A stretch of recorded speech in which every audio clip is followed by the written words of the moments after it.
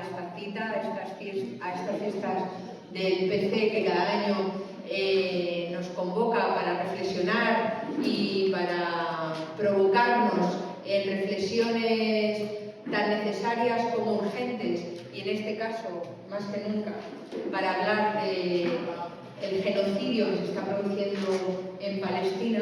Y hoy precisamente tengo el honor de compartir este espacio con dos personas a las que quiero y admiro. En primer lugar, quiero presentaros, no necesita presentaciones porque ella es un referente para todas nosotras y nosotros. Quiero presentaros a Teresa Arambure, periodista, escritora, una mujer que ha estado al pie del cañón desde los años 80, desde los años 80 en los conflictos internacionales más importantes que hemos tenido a lo largo del siglo XX y casi XXI. Empezó como enviada especial en zonas de guerra en un momento en el que no era habitual ver mujeres retransmitiendo estos conflictos, pero ella siempre con valentía, con determinación y con mucha sensibilidad nos ha ido contando esos conflictos que tantos, que estaban presentes en los medios de comunicación. Ha estado siempre informando desde el terreno todo lo que tenía que ver con la invasión de Israel en Líbano, estuvo en las sucesivas guerras del Golfo, en la guerra de los Balcanes, todo lo que tenía que ver con el conflicto palestino-israelí, y siempre muy cerca de las personas refugiadas, fundamentalmente de las personas refugiadas palestinas. Es una gran conocedora del Medio Oriente y del mundo árabe, y hoy nos presenta y comparte con nosotras y con nosotros su último libro, Palestina, la existencia negada, pero es autora de muchos otros que podríamos citar aquí, como Palestina, el hilo de la memoria, Olivo roto, escenas de la ocupación, y Contra el olvido, una memoria fotográfica de Palestina desde la Nakba, que pudiste compartir con otros autores de reconocido prestigio. Estar con Teresa es siempre un orgullo, un honor, y toda mi admiración a su trabajo y a su compromiso firme con todas las causas. Y no puedo dejar también de manifestar el cariño y la admiración que siento por mi compañero Manu Pineda. Manu es el actual secretario de Relaciones Internacionales del Partido Comunista de España, pero ha sido eurodiputado en la legislatura anterior, ha defendido la causa palestina como nadie en el Parlamento Europeo. Cuando nadie hablaba de Palestina, él estaba alzando la voz por Palestina. Cuando no era mediático hablar de Palestina, él estaba hablando de Palestina, y cuando nos olvidábamos de Palestina, él estaba allí, en Palestina, abrazando a los niños, apoyando a las familias y trabajando en las circunstancias más difíciles. Estuvo trabajando en 2011 en la Franja de Gaza, allí, viviendo, compartiendo la realidad palestina, y me gustaría decir que es una de las personas que más sabe de la realidad de ese conflicto en nuestro país.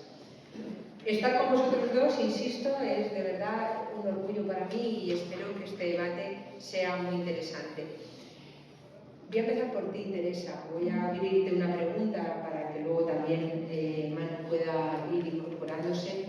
Por tu trayectoria, el horror no te es ajeno, has visto barbaridades, pero una situación como la que estamos viendo ahora, atrocidades y crueldades donde se ha roto el orden internacional, ¿qué opinas tú de la situación que estamos viviendo en estos momentos, en este genocidio en directo que además estamos viendo cómo se niega esa realidad y que ha costado muchísimo, más de 2 años y muchas vidas, que empiece a reaccionar la comunidad internacional? Sí. Bueno, primero, gracias a todos los que estáis aquí, por estar al menos con la mente y el corazón también un poco aquí, al otro lado del Mediterráneo, Palestina. Y yo también me encuentro muy bien acompañada con Estrella y con Manu. A Manu lo conozco desde hace más tiempo, hace mucho, ¿no? y yo creo que coincidimos en casi todas las apreciaciones, las percepciones de lo que lleva ocurriendo en Palestina desde hace mucho tiempo. Lo que está ocurriendo ahora, de todos modos, creo que hay un salto cualitativo. Creo que lo que está ocurriendo ahora va más allá de lo que veníamos presenciando y denunciando desde hace décadas. Pero visto desde otra perspectiva, y de algún modo eso es lo que yo hago en el libro, empezar desde el origen hasta ahora, es también la culminación del proyecto sionista.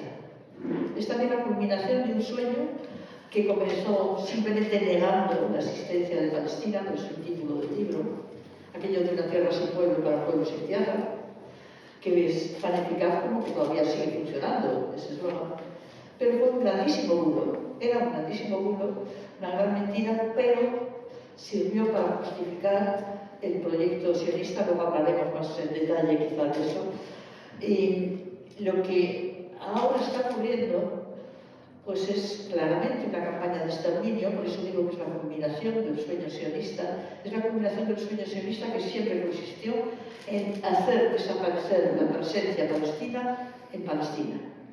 Que no existiera pueblo palestino, que no existiera presencia palestina. Y en eso están no solo Israel, sino evidentemente todos sabemos que está con la total complicidad de la mayor potencia del momento, que es Estados Unidos. Lo único que ha supuesto esto también, aparte del inmenso sufrimiento de la población de Gaza y de Cisjordania, que hablamos menos de Cisjordania, porque es tan atroz lo de Gaza, que no nos queda ya casi energía, ¿no? Para hablar de lo que están haciendo en Cisjordania. Los anuncios de anexión directamente de Cisjordania, etc. Todo esto no solo está significando la voluntad de exterminar a todo un pueblo, y lo estamos viendo, está significando también el fin de un mundo que a lo mejor era en cierta medida una ilusión, pero el fin del mundo que pensábamos que se empezaba a construir después de la Segunda Guerra Mundial. Estamos construyendo ahora un mundo que a lo que se parece es a la barbarie, donde no hay normas, donde la única norma es la ley de la fuerza, y ¿quién tiene la fuerza? Pues sabemos quién tiene la fuerza, la fuerza está en Washington y en su sucursal de la ley.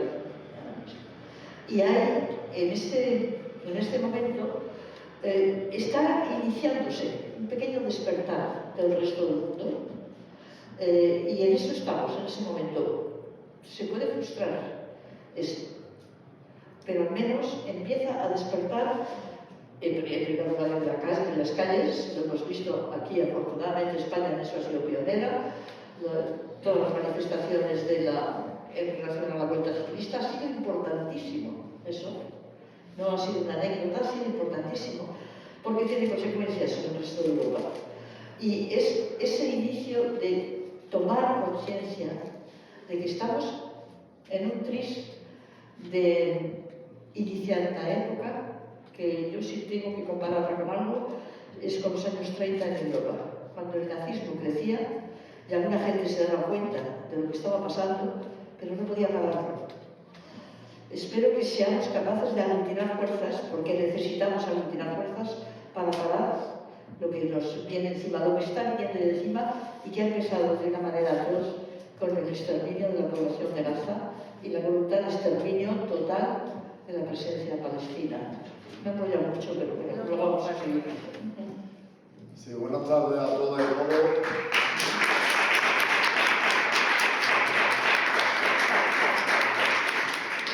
Buenas tardes a todos y todos.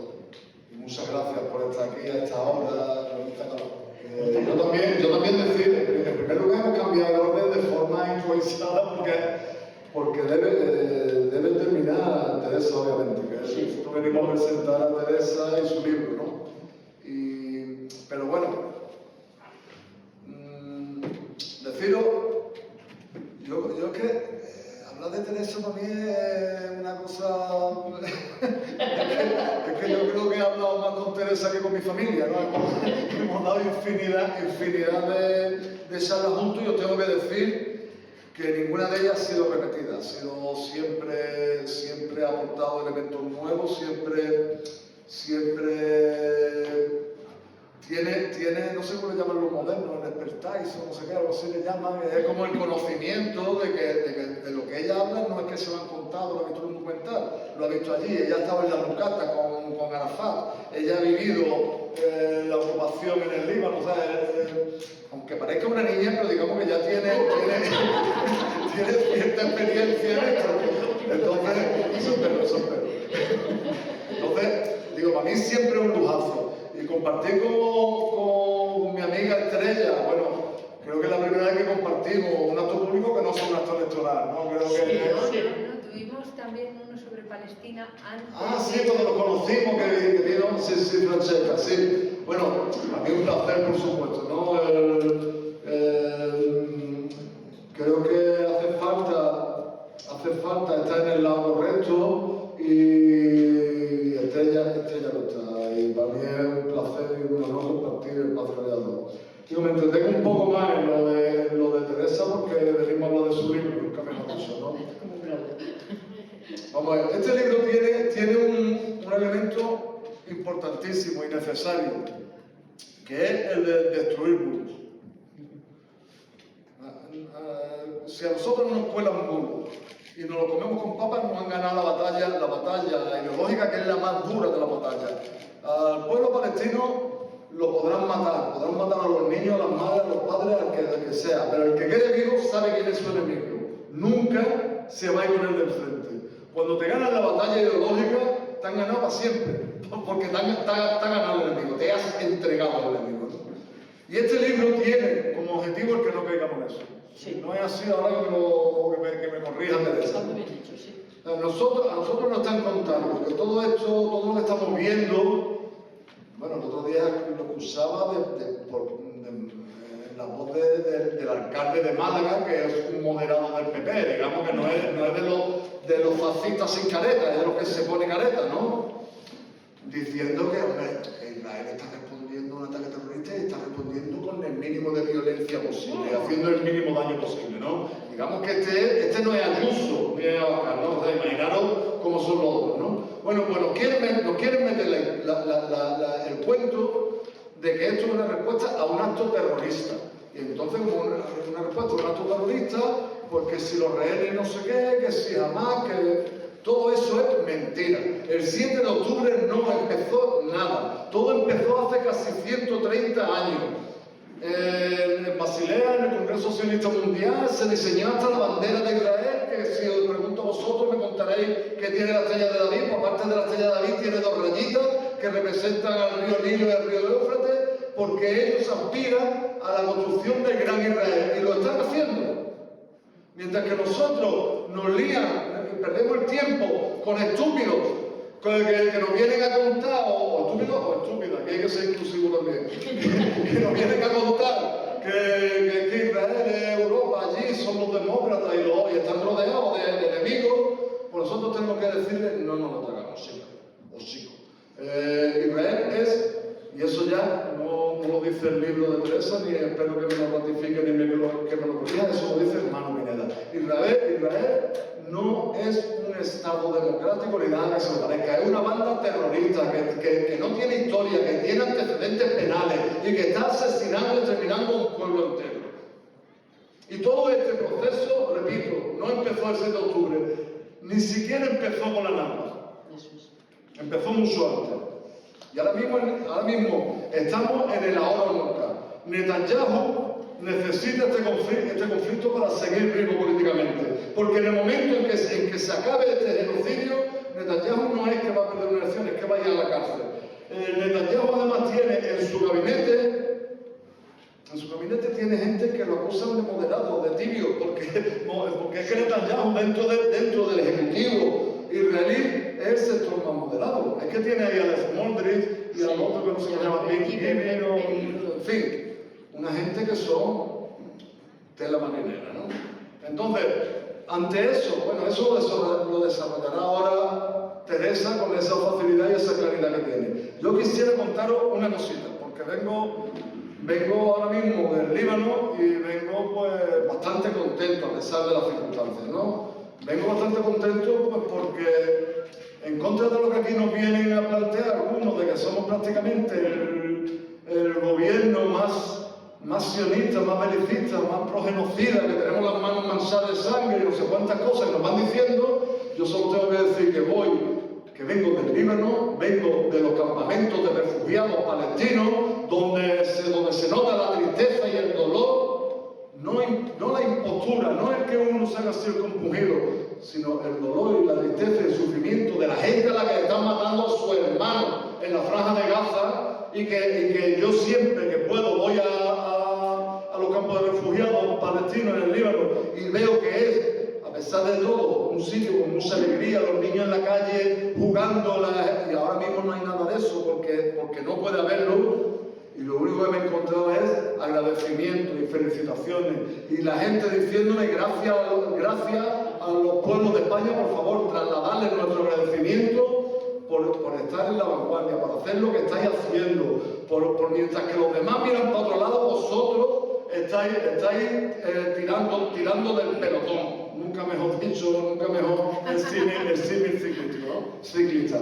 Entonces, y eso me lo han dicho gente no de un partido frente al otro. Yo me he reunido con todas las organizaciones palestinas de todos los colores.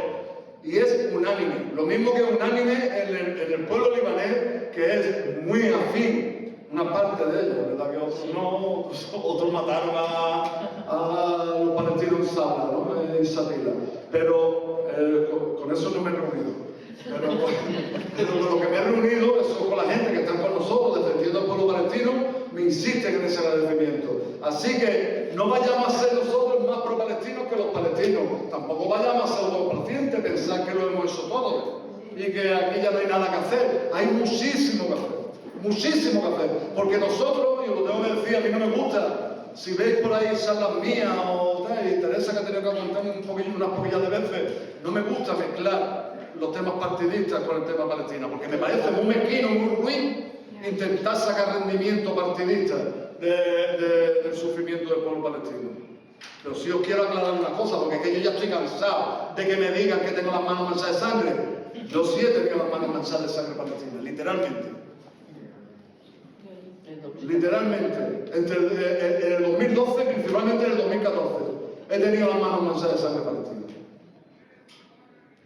Y si aquellos que en aquel momento me ponían de terrorista por estar haciendo lo que tenía que hacer hoy están aquí al lado mía, les digo bienvenidos, pero sin insultar, sin sobreactuar. Soy bienvenido al lado correcto de la historia. Pero tengo que decir, nosotros, como PC, como Izquierda Unida, como la parte progresista del gobierno de coalición, estamos haciendo lo que podemos con la correlación de fuerzas que tenemos. Milagro. Que no nos pidan milagros, pues se nos han gastado, no nos quedan milagros, se nos gastaron el miércoles. Vamos haciendo lo que podemos.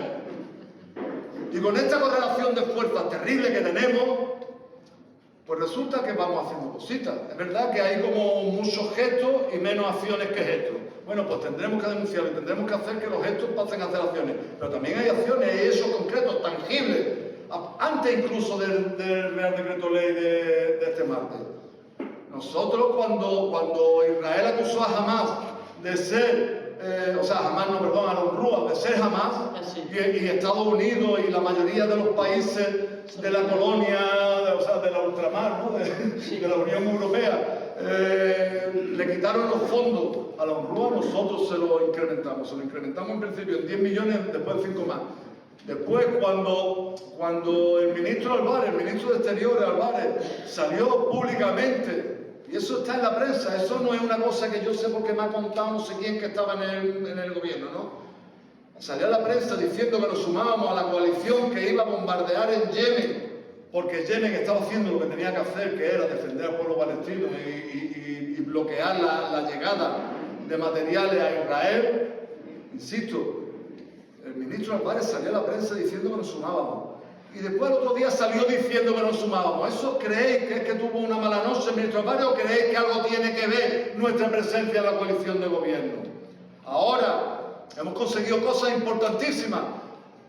digamos, una anécdota, perdón, un paréntesis. Yo sé que la izquierda nos caracterizamos por dos cosas, ¿no? Por la capacidad de dividirnos hasta llegar al átomo, es decir, nos encontramos a dos de izquierda y montamos tres partidos distintos, y después por la capacidad de convertir la victoria en derrota. Entonces, si nosotros conseguimos muchas cosas, pero no conseguimos el 100% de lo que queremos, salimos martirizándonos y apedreándonos y pegándonos porque hay que ver que habéis traicionado al pueblo palestino porque no habéis conseguido todo. Os tengo que decir que no, que estamos haciendo más de lo que podemos con la correlación de fuerza que tenemos. Pero hemos conseguido cosas, no vayamos a hundirnos. Hemos conseguido que se decrete algo parecido a un embargo absoluto en la compra y venta de armas a Israel. Hemos conseguido que se dificulte el tránsito de materiales para Israel a los materiales que sirvan para el genocidio en Gaza. Hemos conseguido infinidad de cosas y no hemos conseguido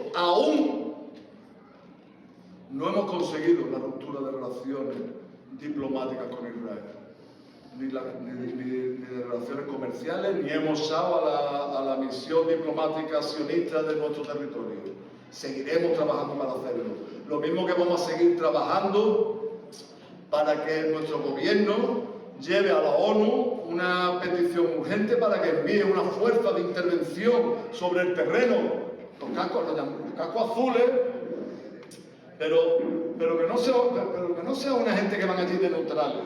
Porque allí no hay un conflicto entre dos pueblos, allí no hay dos que se están peleando y vamos a separarlos. Allí hay una entidad terrorista y genocida que está exterminando un pueblo entero y tiene que ir una fuerza de la ONU, bajo mandato de la ONU, no bajo mandato de nadie que se le ocurra mandar a alguien, porque los únicos que están capacitados para utilizar estas cosas son la ONU, para proteger a las víctimas de los verdugos. En esas cosas vamos a seguir trabajando. En esas cosas vamos a seguir haciendo lo que tenemos que hacer. Y esperamos, darle aplausos para Teresa, que es la que presenta el libro. Yo simplemente termino ya. Esperamos que no caigamos en cantos de sirena, que no vayamos a caer como está pasando en mi ciudad, por ejemplo, que había un periodo en el que no hemos podido convocar manifestaciones por Palestina, porque habían otros que eran tan pro-palestinos y tan anti nosotros, y nosotros éramos culpables de haber matado a Kennedy, a Manolete y a no sé quién, que iban a las manifestaciones con las banderas palestinas a agredir a la gente nuestra. No caigamos nunca en eso. El que busca la división en el momento, en la causa palestina, el que divide está trabajando para Israel. No digo que esté cobrando para Israel, algunos son tan tontos que trabajan gratis, pero están colaborando con Israel. No caigamos en esa historia. El que divide trabaja para el enemigo. Unidad, unidad y unidad. Y viva Palestina libre.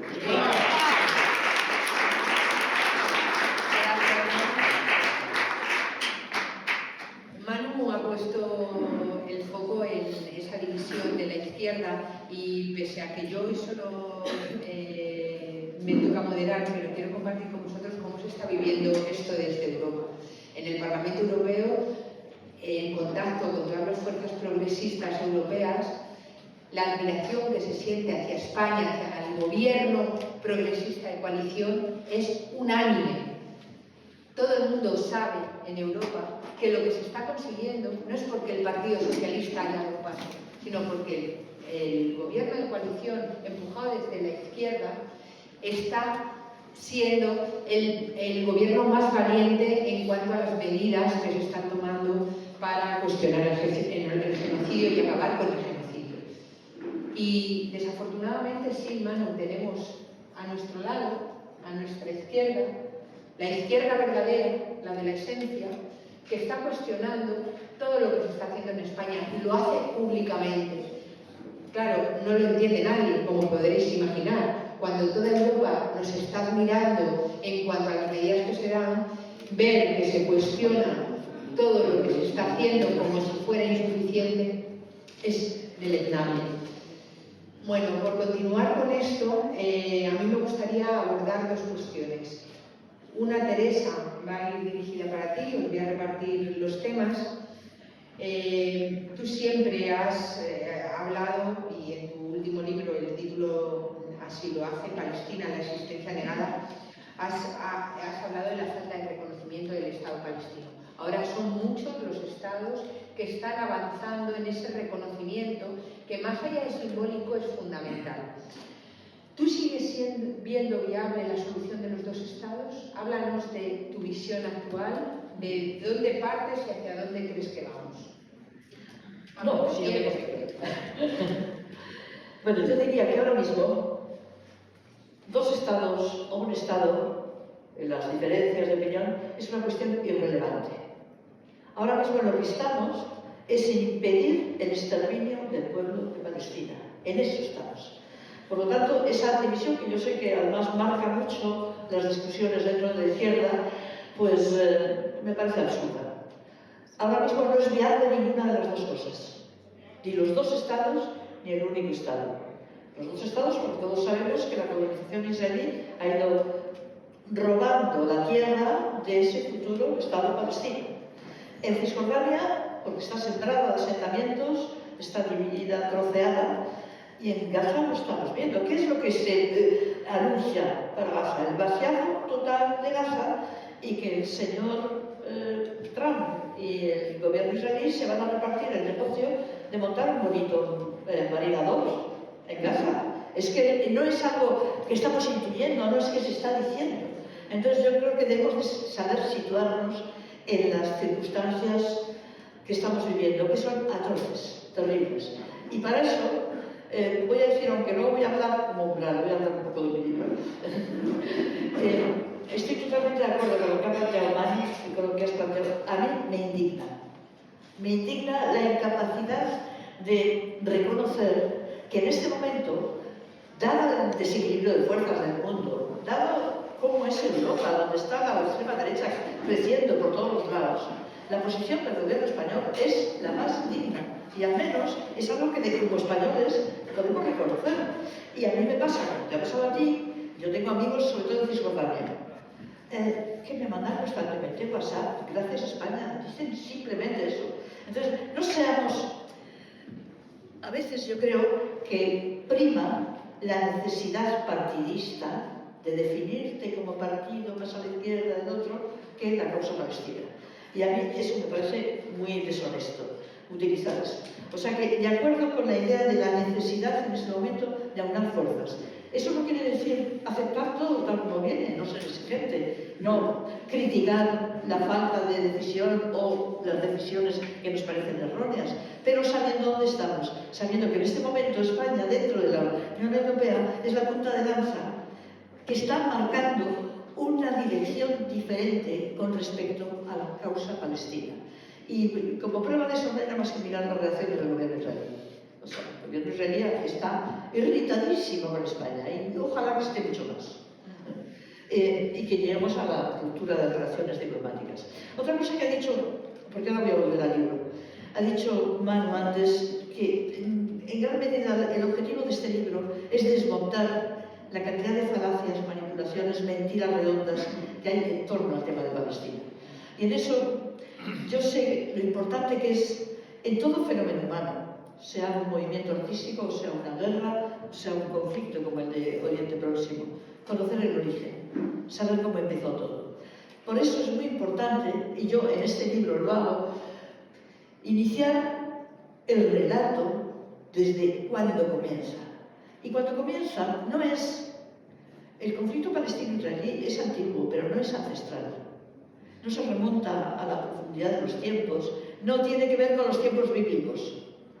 Y eso es importante, porque el reclamo bíblico ha sido una de las utilizaciones del sionismo, pese a que los fundadores del sionismo eran laicos todos, se dieron cuenta enseguida que el reclamo religioso es potente y por lo tanto la Biblia ha sido uno de los elementos sustanciales de la propaganda sionista y de la propaganda israelí.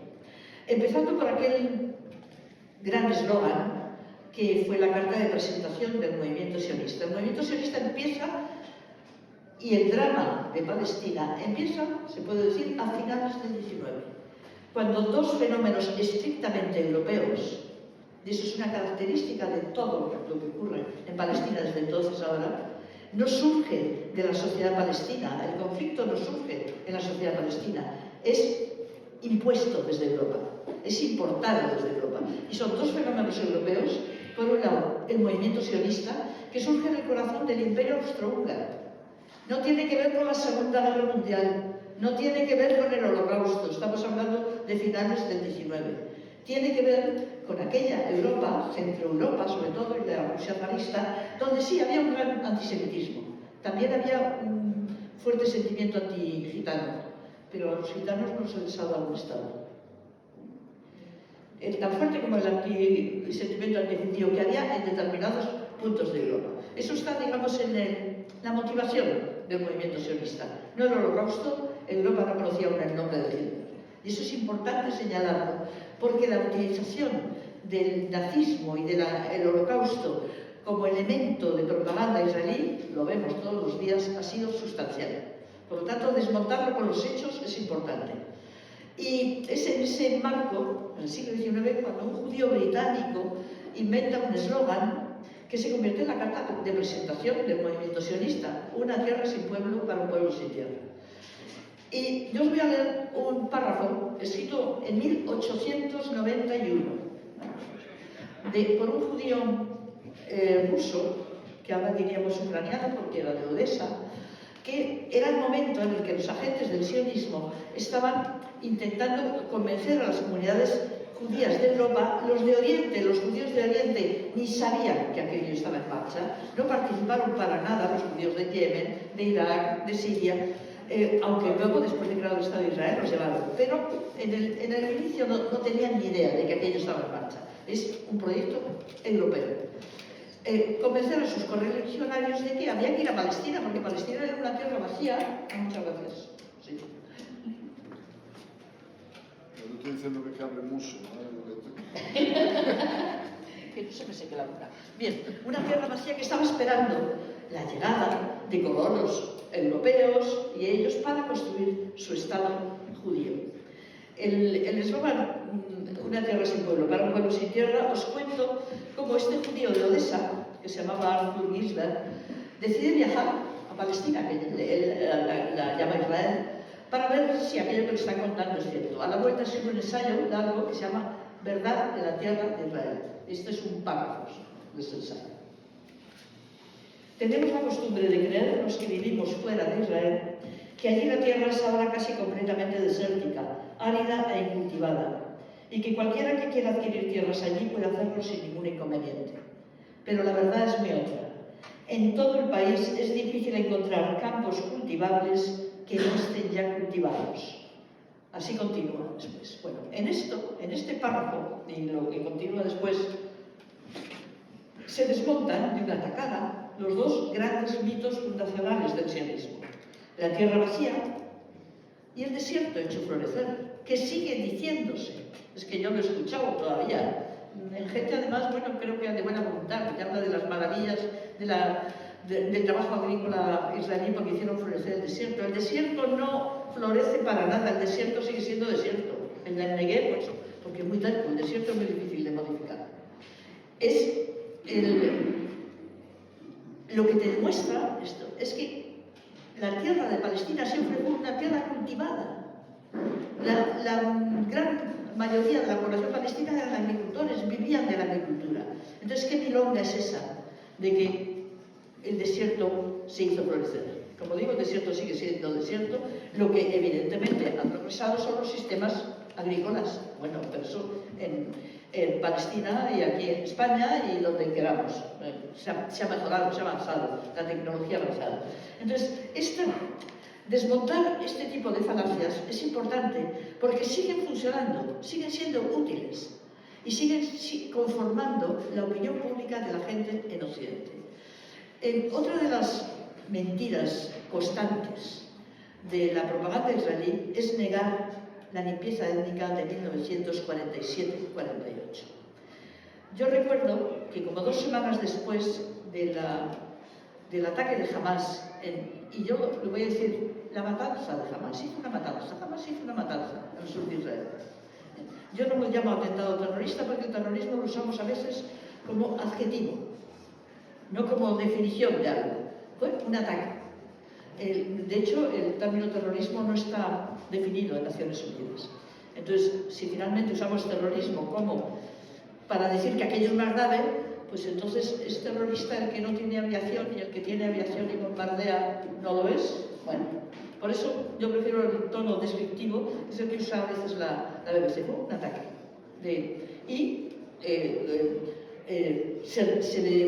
Se llevó a cabo una matanza, sin duda. Pero 2 semanas después de esto, cuando ya se veía que la supuesta respuesta israelí era claramente una campaña de exterminio, recuerdo una imagen que salió en las televisiones, yo creo que la vería en el telediario, de un hombre con todo el cuerpo cubierto de polvo por el polvo de los escombros de los edificios bombardeados que estaban detrás, que gritaba a cámara, así, con los brazos abiertos. Esto ya lo vivió mi abuelo. En esa frase está condensada toda la auténtica dimensión de la injusticia y el atroz sufrimiento del pueblo de Palestina desde hace décadas. Porque ¿a qué se estaba refiriendo? Este hombre se estaba refiriendo a la expulsión en masa de la población palestina, no en 1948, por eso yo siempre digo 1947-48, porque un elemento también propagandístico, digamos más suave, es situar la expulsión, primero no llamarle expulsión, llamarle éxodo. O sea, salieron porque les dio por salir, no se fueron de su casa, dejaron todos porque querían conocer el mundo. No, fue una expulsión. Muchas veces se piensa que fue consecuencia del caos después de la primera guerra árabe-israelí, que estalla al día siguiente de la proclamación del Estado de Israel, el 15 de mayo de 1948. Pero no es así. La limpieza étnica comienza exactamente una semana después de que el 27, siempre dudo, bueno, en noviembre de 1947, Naciones Unidas recién creadas aprueben lo que llamamos la resolución de partición de Palestina, la resolución de división del territorio palestino para un Estado judío, un Estado árabe. Eso se hace a final de noviembre del 97 y la semana siguiente, diciembre, he dicho 97, del 48, empiezan las primeras operaciones de limpieza étnica. Las primeras operaciones de limpieza étnica están muy bien documentadas, excepto algunas que se han mantenido más silenciadas. En realidad, todo lo ocurrido en Palestina entonces, hasta casi ahora, está muy bien documentado. Por ejemplo, sabemos cómo era la composición demográfica de Palestina cuando se aprueba esta resolución de partición, de división del territorio de Palestina en 2 estados. Y lo sabemos por los censos de los británicos, porque Gran Bretaña se había, al final de la... Me estoy ya lanzando a... No sé. Bueno, es que me parece que es importante conocer los datos de la historia. Al final de la Primera Guerra Mundial es derrotado el Imperio Turco y salen las potencias europeas, Francia y Gran Bretaña, como grandes vencedoras. Bueno, también Estados Unidos, pero en ese momento es Europa todavía, las vencedoras. Y se reparten los territorios árabes que habían estado bajo dominio otomano. Pero Gran Bretaña tiene una condición especial. Había acordado, no firmado nada, anteriormente con el movimiento sionista un acuerdo por el que se comprometía el gobierno británico a promover, proteger, impulsar el proyecto sionista. Bienvenidos y bienvenidas al Festival Comunista. Bueno, sigo. Hablamos fuerte ya está.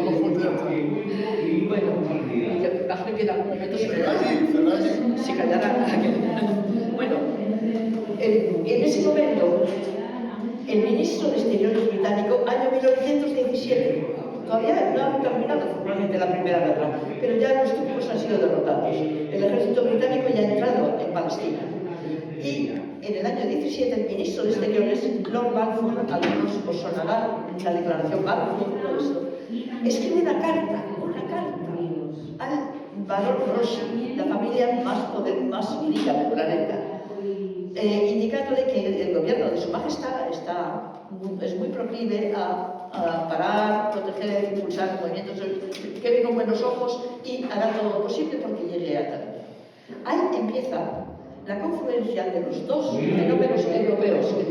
Por un lado, el movimiento sionista, por un lado, el colonialismo europeo, especialmente el Imperio Británico. ¿Y por qué le interesa al Imperio Británico aquello?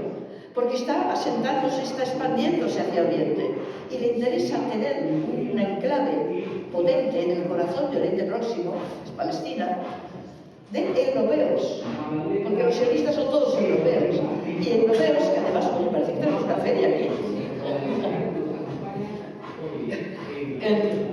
europeos que dependen de Gran Bretaña para su subsistencia. Ahí es donde confluyen los dos elementos y lo que yo he dicho antes. De ahí comienza lo que llamamos conflicto palestino-israelí. En ese momento, finales del 19, cuando el proyecto sionista comienza a expandirse, la población de Palestina estaba en torno a unos 700.000 personas, de los cuales en torno a un 2% eran judíos. Judíos árabes, judíos que hablaban árabe, formaban parte del tejido social de la sociedad palestina.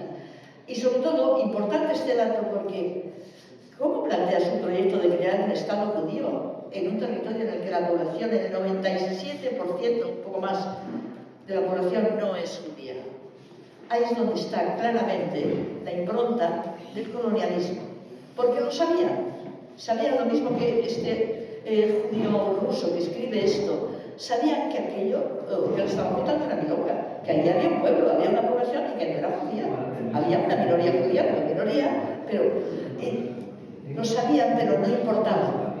Porque en el mecanismo del pensamiento colonial, ya no tenemos colonias, pero en Occidente seguimos teniendo pensamiento colonial. El otro, cuando es el sometido, el pueblo colonizado, cuando no es europeo, blanco, etc., no importa. No es igual que nosotros. Sus aspiraciones, sus deseos, sus derechos no nos importan. Y sobre todo, si sus aspiraciones, sus deseos, su existencia, su mera existencia, es un obstáculo para los intereses del imperio, entonces hay que eliminar el obstáculo. Ya es donde, desde el primer momento, la existencia de Palestina es percibida y vista como un obstáculo a los intereses coloniales, los intereses europeos. Así empieza y se traduce inmediatamente después, en el año 47, como os digo, cuando ya la situación se ha convertido en ingobernable para los británicos. Ya hay un enfrentamiento constante entre la población autóctona y los colonos recién llegados. Hay un elemento interesante que yo voy a ver si lo encuentro, pero si no os lo digo de memoria. La sociedad palestina no era una sociedad hostil a la llegada de extranjeros.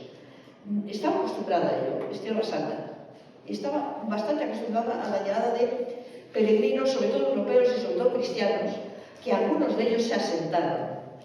Un caso muy particular, que aquí lo cuento un poco más de detalle, es el de lo que se llama la colonia americana. No tiene nada que ver con el colonialismo. La colonia americana fue un grupo de familias de Chicago y otras familias suecas que en el siglo XIX deciden, eran muy devotos, muy cristianos, y deciden instalarse en Tierra Santa y vivir allí. Venden sus propiedades y se van a Palestina, compran unos terrenos en Jerusalén, una especie de palacio de la época otomana y las tierras que lo rodean, y eso posteriormente y enseguida se integran en la vida social de la élite palestina, de la élite de Jerusalén. Hay fotos, entonces forman parte de una especie de élite cultural de Jerusalén, y son todos, bueno, es la colonia americana, se llama así. Eso ha pasado a ser el American Colony, el hotel con más encanto de Jerusalén, de la Jerusalén oriental, de la Jerusalén árabe. Un hotel de lujo, pero que sigue siendo un hotel en la Jerusalén oriental, donde durante muchos años, en los años 80 y 90, la OLP daba sus conferencias de prensa y entrevistas, por ejemplo, con la CNN, la BBC, etc., dirigentes palestinos. Bueno, esto es un detalle que cuento, pero para que percibáis qué tipo de sociedad era esa sociedad palestina. ¿Cuál es la diferencia con la colonización sionista? Cuando llegan las primeras familias de colonos sionistas a Palestina. El sistema era, con la financiación de Rothschild y después la Agencia Nacional Judía, se compraron tierras. Esto es importante. Se compraron tierras en la zona costera, de Jaffa para arriba. Una zona muy fértil. Y ahí es donde se instalan las primeras colonias sionistas. La primera es de 1880. ¿Y cuál es qué conlleva esa instalación de colonias sionistas? Pues que la primera cláusula, se me ha ido el sonido, lo he tragado. La primera cláusula que tienen que firmar esa familia de colonos, que puede ser venir de Lituania, de Polonia, de Rusia, para que la Agencia Nacional Judía les ceda las tierras que van a cultivar, es que solo utilizarán trabajo judío, que no podrán legar esas tierras a nadie no judío, que no podrán utilizar mano de obra no judía. Si simplemente cambiamos, yo tengo por aquí el texto de esa cláusula, pero por no perder el tiempo buscando la cuenta, ¿sí? Cambiamos el término judío por blanco, nos damos cuenta del radical racismo que implica eso. Imaginemos, no podrá trabajar nadie que no sea blanco, no se podrá llegar a nadie que no sea blanco. Bien, eso es lo que implica la llegada de las primeras colonias sionistas a finales del 19, las primeras, y luego, de manera sistemática y generalizada ya, cuando son los británicos los que mandan en Palestina, a partir del año 17. ¿Qué es lo que suponía la llegada de estos colonos sionistas? La expulsión de los campesinos árabes, en su mayoría musulmanes, pero también había cristianos, que llevaban trabajando esas tierras el régimen que aquí en España conocemos muy bien, de parcería, o sea, el régimen de alquiler. No eran los propietarios, el propietario a lo mejor era un terrateniente que vivía en Beirut o en París, pero llevaban generaciones trabajando esas tierras y había, digamos, los derechos adquiridos. Todo ese campesinado es expulsado en el momento en que se instala la colonia sionista.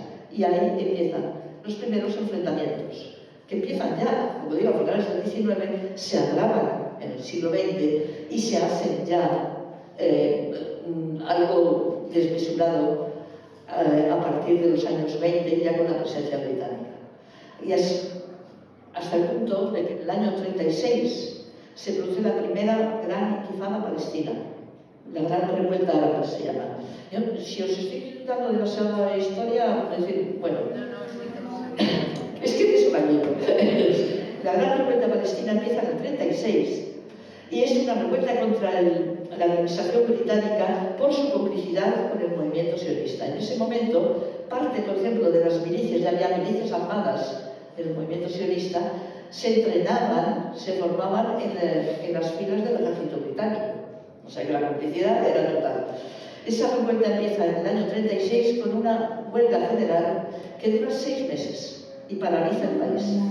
Mantener una huelga general durante 6 meses requiere una sociedad medianamente organizada, y esto es importante recordarlo, porque otro de los elementos de la propaganda sionista es decir, bueno, sí, había gente allí, pero no tenían conciencia nacional, era un pueblo que no tenía conciencia. La revuelta del 36, que empieza, como digo, con una huelga general, continúa con enfrentamientos con el ejército británico durísimos y dura como la guerra civil española, 3 años, hasta el 39. Una población indefensa frente al gran imperio del momento, que no era el americano, era el británico, y que reprimió brutalmente esa revuelta.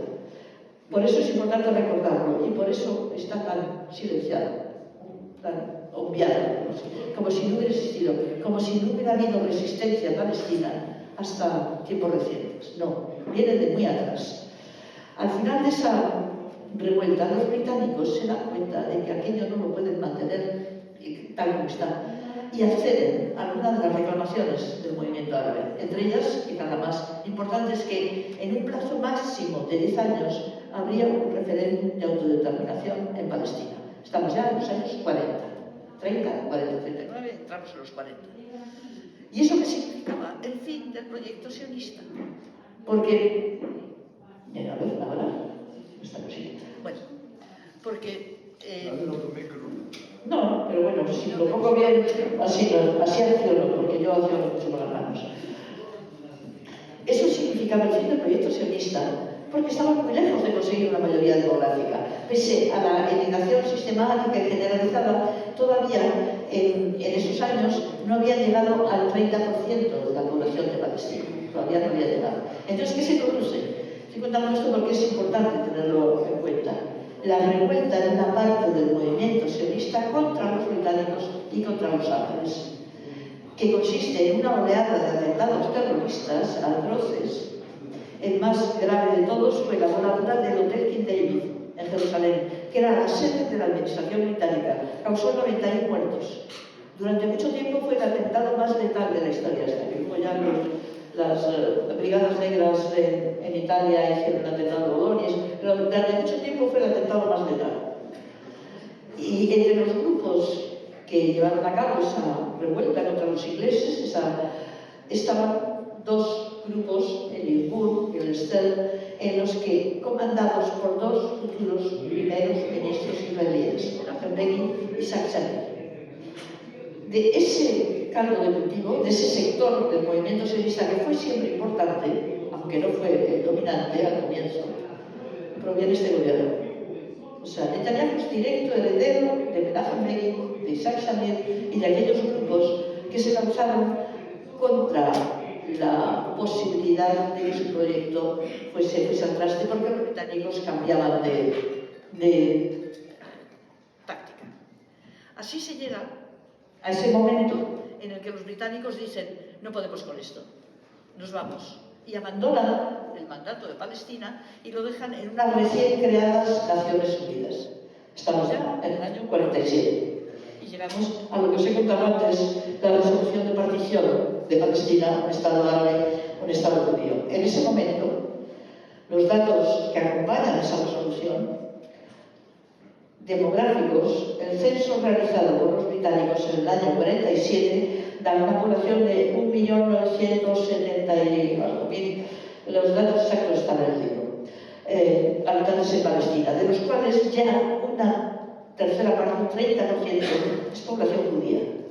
El resto es población cristiana, musulmana, árabe. Pero hay un dato más importante, que es la propiedad de la tierra. Y este es determinante, porque un elemento de la propaganda sionista para negar la limpieza étnica fue decir: no nos echamos, es que les compramos la tierra. Al comienzo se empezó comprando tierra, pero en el año 47, cuando se decide la división del territorio de Palestina, el 6,6% de la tierra era propiedad judía, el 43 y pico era propiedad privada árabe, el resto, 40 y tantos por ciento, era propiedad comunal árabe. Y ahí es donde directamente los dirigentes sionistas, todos, no los extremos, también el grupo de Ben Gurión y sus milicias, el Haganah, empiezan las operaciones de limpieza étnica, porque ¿cómo creas un Estado judío si no tienes la mayoría demográfica y la propiedad de la tierra? Había que vaciar Palestina de su población palestina. Y así empiezan las matanzas, las expulsiones, que comienzan, como digo, en diciembre de 1947. ¿Por qué recordar todo esto? Porque hay elementos comunes con aquello. Primero, el proyecto, la necesidad de las justificaciones, la manipulación y la utilización de constantes bulos, y también determinadas técnicas de terror. Por ejemplo, de todas las operaciones que llevan a cabo milicias sionistas y como digo, son todas, ya son el Irgun, el Haganah, el Palmach, las que luego son el embrión del ejército israelí. En esos meses previos a la fundación del Estado de Israel, hay una que es la más conocida, a muchos os sonará, bueno, pero eso, que es la matanza de Deir Yassin. Deir Yassin era una aldea cercana a Jerusalén, era una aldea de campesinos que habían firmado un pacto de no agresión con el asentamiento judío más cercano, pero tenían la mala suerte de estar en la línea de comunicación entre Tel Aviv y Jerusalén. El caso es que el 9 de abril de 1948, es decir, aún faltaba más de un mes para la proclamación del Estado de Israel y por lo tanto para la primera guerra árabe-israelí, las milicias del Irgun llevaron a cabo una gran matanza de esta aldea, en la que básicamente mataron mujeres, ancianos, niños, bebés, porque los hombres habían salido a cultivar el campo. Aquello provocó un grandísimo escándalo. Yo en el libro incluyo la descripción que hace la primera persona que llegó a la aldea cuando aún estaban las milicias del Irgun presentes, es el que era delegado de la Cruz Roja en Jerusalén, que era francés. Jacques Beyer. Os leo también algún párrafo de lo que él describe de lo que se encontró. Me abrí paso entre ellos y entré en una casa. La primera habitación estaba oscura, entre ellos se refiere a la ropa, con todo el desorden, pero no se veía a nadie. En la habitación contigua encontré bajo los muebles y los colchones reventados varios cadáveres yacídos. La operación de limpieza la habían hecho primero con ametralladoras, después con granadas y finalmente con los machetes, sin ninguna preocupación porque no se descubriese. Esta frase es muy importante. ¿Por qué no tenían preocupación de que no se descubriese? ¿Por qué querían que se descubriese? Porque era una estrategia de terror. Y eso estamos viendo también ahora. ¿Por qué son tan claros los dirigentes israelíes? ¿Por qué hablan con esa desfachatez de expulsar a toda la población? Porque es una estrategia de terror. Es una estrategia también de afianzamiento, es decir, nosotros podemos hacer todo, pero al mismo tiempo lo que están queriendo es la huida de la población, la desmoralización de la población, el abatimiento y la salida, en el caso del 48, supuestamente espontánea de la población. Esto, como digo, fue una matanza muy conocida porque llegó a la prensa occidental y, entre otras cosas, provocó una carta abierta de Einstein en la que llamaba nazis a los autores de esta matanza. Hubo otras mucho peores, con muchos más muertos, pero no fueron tan conocidas. Pero la matanza de Debrecen figura ahí como uno de los hitos de la campaña de limpieza étnica del 47-48. Y ahora sí nos venimos al momento actual. ¿Cuál era el objetivo entonces? Vaciar de población palestina la tierra donde iba a ser el futuro Estado de Israel. Lo consiguieron casi, pero quedó un remanente de población palestina, especialmente en el norte, en zonas que no estaban asignadas por la resolución de Naciones Unidas al futuro Estado judío, pero que conquistan en la primera guerra árabe-israelí. Es la zona de Nazaret, de Haifa, toda la zona del norte, que es la zona cercana a Galilea, donde queda la población de esto que en terminología israelí es la minoría árabe de Israel. No es una minoría árabe, de eso además se lo he preguntado directamente cuando estuvimos allí para el libro de fotografías, estuve con mi amiga Sandra Marminado, estuvimos en Haifa, entre familias palestinas, de las que quedaron y sus descendientes. Y yo un día se lo pregunté directamente, ¿vosotros os llamáis a vosotros mismos minoría árabe? Y me dijo, ¿qué? Nosotros somos palestinos, pero el término palestino no se puede decir en Israel. Entonces, esa minoría que quedó entonces, y ya no son ya el 20% de la población israelí. Y es importante saber en qué condiciones durante casi 20 años toda esa zona, que es la zona donde está la población del norte de Israel, fue zona militar cerrada. Estaba sometida a un régimen militar atroz. Y por eso es importante cuando la señora Ayuso insiste en decir la única democracia de Oriente Próximo. Bien, vale, le acepto, es la única democracia de Oriente Próximo si aceptamos que la Sudáfrica del apartheid era la única democracia o era la democracia. Porque claro, en la Sudáfrica del apartheid había partidos políticos, había prensa libre, había libertad de expresión para la minoría blanca sudafricana. Y en el Israel actual y el del comienzo hay libertad de expresión, partidos políticos para los judíos israelíes. Y eso hay que tenerlo muy claro. Israel nunca ha sido una democracia si entendemos democracia como un valor universal, que no se puede trocear. Democracia para ti, pero para ti no tienes derechos, que es lo que hay dos legislaciones. Eso se agrava todavía cuando salimos a los territorios ocupados y donde ya no es simplemente diferencia en cuanto a derechos y estatus, es realmente no tener ningún derecho, que es lo que les ocurre a la población palestina de los territorios. Y en ese momento, con una confluencia que tiene que ver con el panorama internacional, lo que el movimiento sionista está logrando es ese sueño inicial.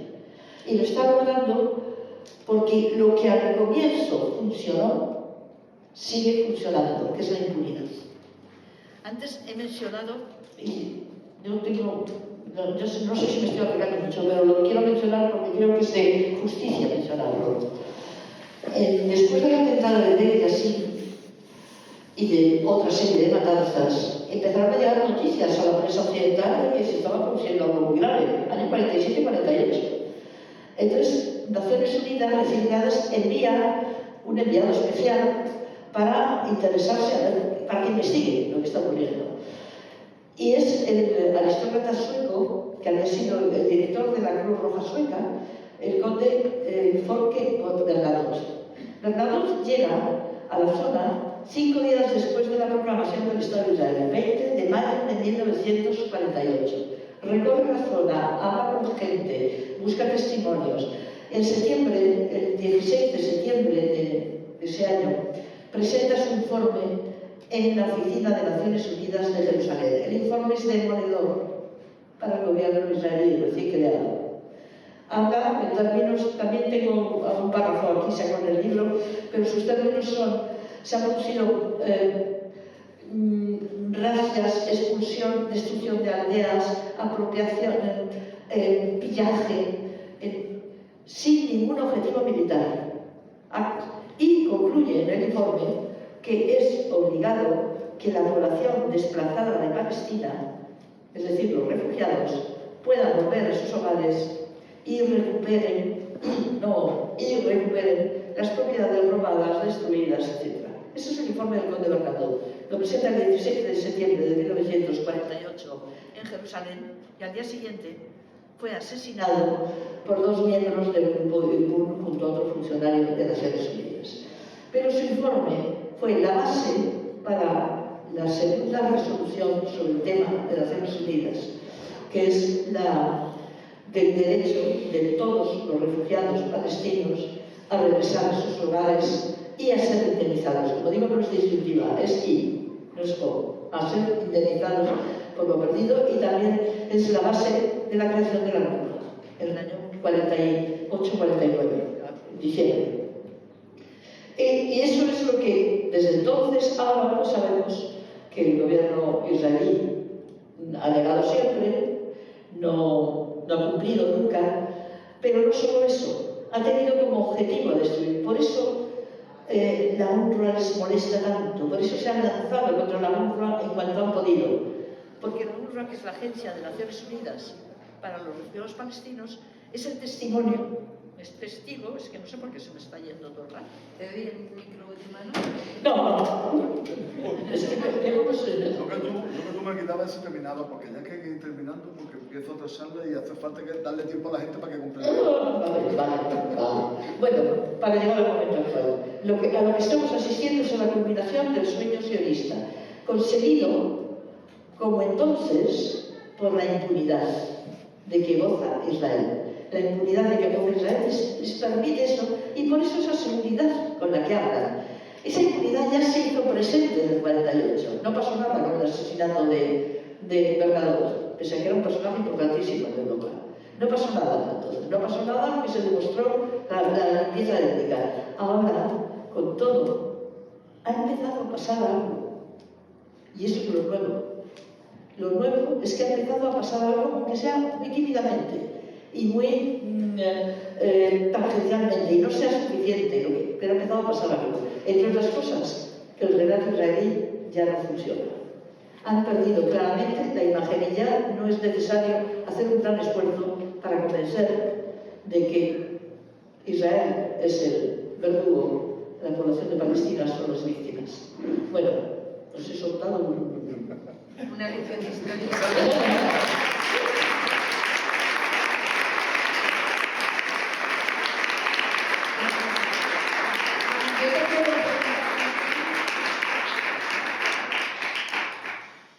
No tenemos mucho tiempo, pero sí que me gustaría que en tu experiencia en el Parlamento Europeo y de la Comisión Europea tú hayas visto que Europa ha sido y está siendo cómplice con esa impunidad y con su silencio de este genocidio. no se ha movido un poco. La semana pasada, hace 2 semanas, ha habido unos pequeños movimientos, aunque sean anecdóticos, pero están en la línea de lo que planteaba Teresa. Sí que me gustaría que nos hicieras una reflexión de cómo venía posicionándose la Unión Europea antes del 7 de los atentados de octubre y ahora. Tú que has estado en la etapa anterior y que ahora también estás viendo su creación, ¿qué diferencias encuentras en ese sentido?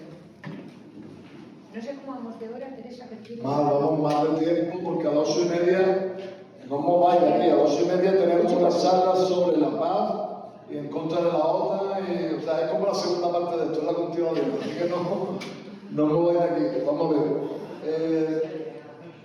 Europa está mal posicionada. Europa realmente no es un sujeto político, en mi opinión, mi modesta opinión. Europa, en cuanto a política exterior, son los territorios de ultramar de Estados Unidos, es la colonia, no sé cómo decirlo, que marca la política exterior de Europa. No hablo de la Unión Europea, hablo de Europa, que es más allá de la Unión Europea, porque el Reino Unido tiene las mismas circunstancias y ya no es la Unión Europea. Quien marca la política exterior de Europa es Washington. Entonces, nos podemos encontrar circunstancias como que cuando ya empieza el genocidio, la limpieza clarísima, sin maquillaje, del pueblo palestino en la Franja de Gaza, la señora von der Leyen y la señora Metsola, que es la presidenta del Parlamento Europeo, van a Tel Aviv, a Jaffa, a reunirse con el presidente de la entidad sionista, Herzog, no con el primer ministro. Yo creo que el primer ministro desprecia a estas dos, no se reúne con ella. Digamos, Herzog se reúne con ella y ellas le dan en nombre de todos nosotros, sin habernos consultado, el apoyo incondicional de la Unión Europea. A partir de ahí han mantenido, hasta hace 3 días, que Israel estaba ejerciendo su derecho legítimo a la defensa. Esa es la posición que han mantenido hasta hace poco. ¿Qué pasa? Por encontrar elementos positivos, elementos optimistas, porque creo que hay elementos optimistas. Cuando esta gente, que son clarísimamente sionistas, o sea, disculpa, ya se me pongo en algún conflicto interno en DNF, pero en Alemania son sionistas hasta la izquierda. O sea, nuestro partido hermano en DLF, Die Linke, tienen una vena sionista quizás menos marcada que la derecha, pero tienen un complejo y en vez de ir al psicólogo o al psiquiatra, pues se hacen sionistas y ya está. Yo ahí ya no puedo entrar, ¿no? Yo les puedo recomendar algunas pastillas que hay si tienen problemas para dormir ya, pero yo ya no puedo entrar más en eso. Pero imaginaros, si esos son la izquierda, que es una tipa que fue la ministra de Defensa de la Merkel. O sea, imaginaros, ¿no? Acabo de leer ahora mismo una cosa que os puede parecer, no sé, puedo poner la captura de pantalla. Digo, en el diario Infolibre. Alemania se compromete, eso es de hoy, está por ahí la hora, de hace un cuarto de hora, 20 minutos, Alemania se compromete a profundizar la cooperación económica con Israel. Eso es de ahora mismo, Sí. Bueno, todavía hay quien dice que somos nosotros el gobierno más sionista de Europa y tal, pero digo, esto son cosas concretas. Este tipo, Merz, dijo hace poco que Israel estaba haciendo el trabajo sucio de Europa. Digo, vamos a ir situándonos. Eso es Europa. Eso es la Europa que va dando carnet de demócratas por la vida. La que va diciendo, tú respetas los derechos humanos y tú no. La que le dice a Cuba que no está metido en ninguna guerra, que no se ha metido en ninguna guerra en la historia, que lo que manda a todos lados son médicos, enfermeros, medicina, vacunas. Le dice a Cuba, tú eres terrorista, y le dice a Arabia Saudí o a Qatar o a no sé quién, que son nuestros aliados y orgullosos de que sean nuestros aliados. Quien manda buques de guerra al Caribe para amenazar a Venezuela, y quien bombardea al pueblo de Yemen por ejercer su legítimo derecho a no permitir que por su agua pasen mercancías que van a la entidad sionista. Bueno, pues nosotros somos los territorios de ultramar. Europa son los territorios de ultramar. La colonia, lo que pasa es que nosotros estamos acostumbrados a que los colonos, pues, o sea, los pueblos indígenas son indios, son negros, son árabes. Nosotros somos los indígenas de una colonia. Vamos a tenerlo claro, vamos a asumirlo ya. Vamos a olvidarnos de que fuimos en el pasado imperio y actuar como si fuéramos un imperio. No somos un imperio, somos los mayordomos del imperio. Y si se hace algún gesto, es limitadito. Es más efectista que efectivo. O sea, lo que anuncia la señora Merkel, von der Leyen, Sí. la señora von der Leyen es que va a limitar o va a suspender una parte del acuerdo de asociación, no el acuerdo de asociación. O sea, nosotros seguimos teniendo un acuerdo de asociación preferente con una entidad que está quemando vivo a los niños palestinos, que está matándolos de hambre, que está impidiendo que entre comida, agua o medicina. Nosotros como Unión Europea y todavía como España también seguimos manteniendo una relación diplomática, comercial, financiera, académica, cultural y de todo tipo con esa entidad. Bueno, pues vamos a trabajar para que eso deje de ser así. Os digo, el motivo para el optimismo. Muchos oportunistas sin principios que hace un año y medio, que hace unos meses todavía no se ponían del lado de Palestina, porque si eran cantantes y se ponían del lado de Palestina dejaban de vender discos, si eran escritores se ponían del lado de Palestina dejaban de vender libros, y si eran actores les suspendían los contratos. Hoy se están poniendo del lado de Palestina. Esa gente, algunos lo hacen por principio, por supuesto, pero muchos lo hacen por oportunismo. Y eso significa que hoy estar del lado de Palestina es estar en la corriente mayoritaria. Ya no pueden tapar el sol con un dedo. Ya no hay manera de decir que ellos son los democráticos y que los palestinos son los terroristas. Quien está ejerciendo el terrorismo son los israelíes. Quien está ejerciendo el terrorismo es Israel, los soldados israelíes y el gobierno israelí. Y ya para terminar, bueno, lo penúltimo, para terminar es para hablar del libro. Casi para terminar, el problema no es Netanyahu. Netanyahu es un problema, por supuesto. Netanyahu es un criminal, un terrorista, un tipo que tiene que meter en la cárcel y tirar la llave. Pero si Netanyahu se muriera esta noche, el problema persistía. El problema es Israel. Y tenemos que actuar contra Israel, contra la entidad sionista, supremacista, colonial y terrorista de Israel. Y ya por último, os dejo unos minutos para que os pongáis en fila a comprar el libro. Y recomendaros que aparte de ese libro compréis otro que para mí es la mejor primera lectura sobre Palestina. Mucha gente apoya a Palestina porque de forma natural se ponen del lado correcto de la historia, se ponen del lado de las víctimas en vez de los verdugos. Es un instinto sano, pero quizás no tienen unos conocimientos básicos. No se trata de tener un máster en palestinología, se trata de tener unos conocimientos básicos. En mi opinión, en mi modesta opinión, el mejor libro que hay para eso es un libro también de Teresa, que se llama El Hilo de la Memoria. Os lo recomiendo. Muchísimas gracias por vuestra paciencia y seguimos. Muchísimas gracias a todos. Gracias, Teresa, porque tu conocimiento nos ha alumbrado. Gracias, Manu, porque tu experiencia y conocimiento también de la realidad palestina es fundamental para la lucha. Y gracias a vosotros y a vosotros por implicaros en esta causa tan necesaria que, como bien dice Manu, ahora está en esa corriente en la que todo el mundo apunta. Así que tenemos que seguir apoyando. Y vamos a seguir con las fiestas del PC, con los siguientes debates que son muy interesantes. Gracias.